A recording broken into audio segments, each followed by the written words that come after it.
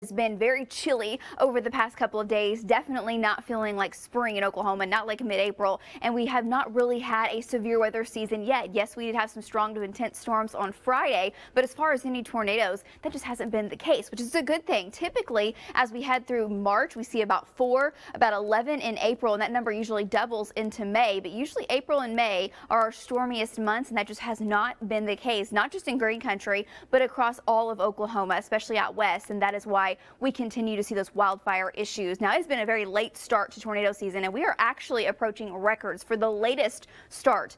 The latest in Oklahoma since records have been kept back to 1950 that we have had a tornado is April 26th, okay? And we are approaching that. And really, our next storm system that looks to bring us even a chance for severe storms will be around May 2nd. So this may be our latest tornado-less, I should say, April that we have seen on record. Yes. And how many times have we gone throughout the entire month without seeing any? Well, that's happened twice. That was in 1987 and also back in 1988. But in both of those years, there were tornadoes in earlier months. Now, as far as the last time we had a tornado in the state of Oklahoma, that was 177 days ago. And that was back in October. But really, that was the last time western Oklahoma had measurable precipitation. Of course, we haven't felt anything like a typical spring across Oklahoma over the past couple of days. This morning, it was downright cold. We were even record cold, 27 degrees this morning at the airport, and that sets the new record for the day. The old record was 31, set back in 1953. It was quite an old record. Lows this morning into the mid-20s up to the north, down to 22 in Ponca City, 25 in Stillwater,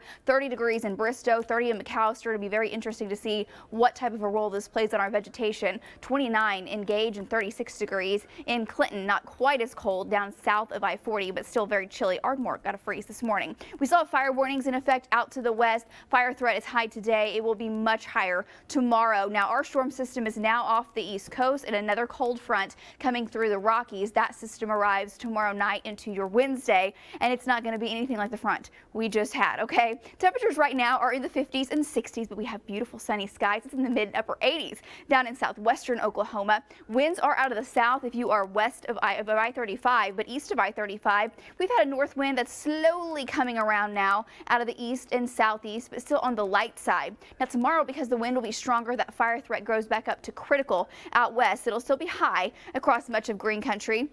We've gone about a week without measurable precipitation in many areas, but you look out to the west, going on 200 days, 6.5 months without measurable precipitation. Of course, we're seeing the effects of that now, but the good thing is there is a good storm system on the horizon, not bringing us a chance for severe storms, bringing us a chance of soaking rain. Now that's going to arrive heading into your Friday out west.